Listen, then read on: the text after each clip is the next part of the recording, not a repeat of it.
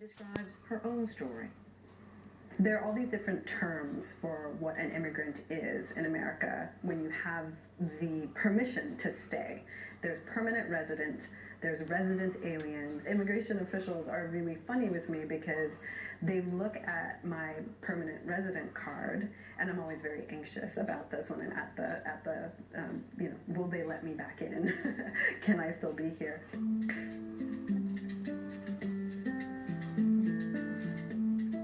I teach American literature, and I start all of my courses by saying, you might be wondering why a Zambian citizen and a resident alien of the United States is teaching you the history of American literature, but who better than an outsider to teach you about American literature? All of the great literature of the U.S. is told through the story of an outsider. Nick Carraway in Gatsby, or Humbert Humbert in Lolita. Being on the outside, or being an alien, is the condition of being American. And it's a way to see the country from within, but also with a different perspective.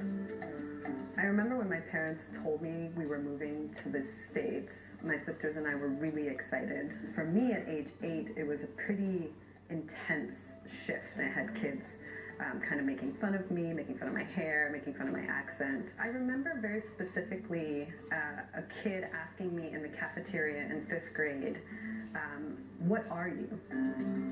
Not who are you, and not what race are you, but what are you? And what she meant was, are you black or white?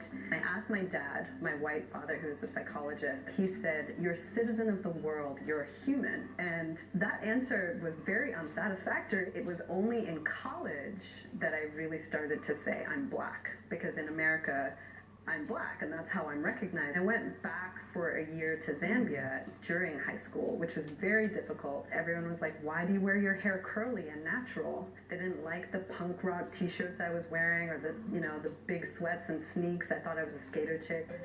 People often want to say, you're African. And I'm like, Africa is a huge continent. It's not a country. I feel Zambian, and then I feel American. Those are my identities, even though technically, I'm an alien in this country, and when I go back to Zambia, I don't exactly fit in there either. And I realized that I could use this to my advantage, that you could actually leverage being an outsider in order to be the most unique and be the biggest voice in the room and bring a new perspective to things that everybody else takes for granted. My name is Namwali Serpel, and this is my brief but spectacular take on being an alien. You could find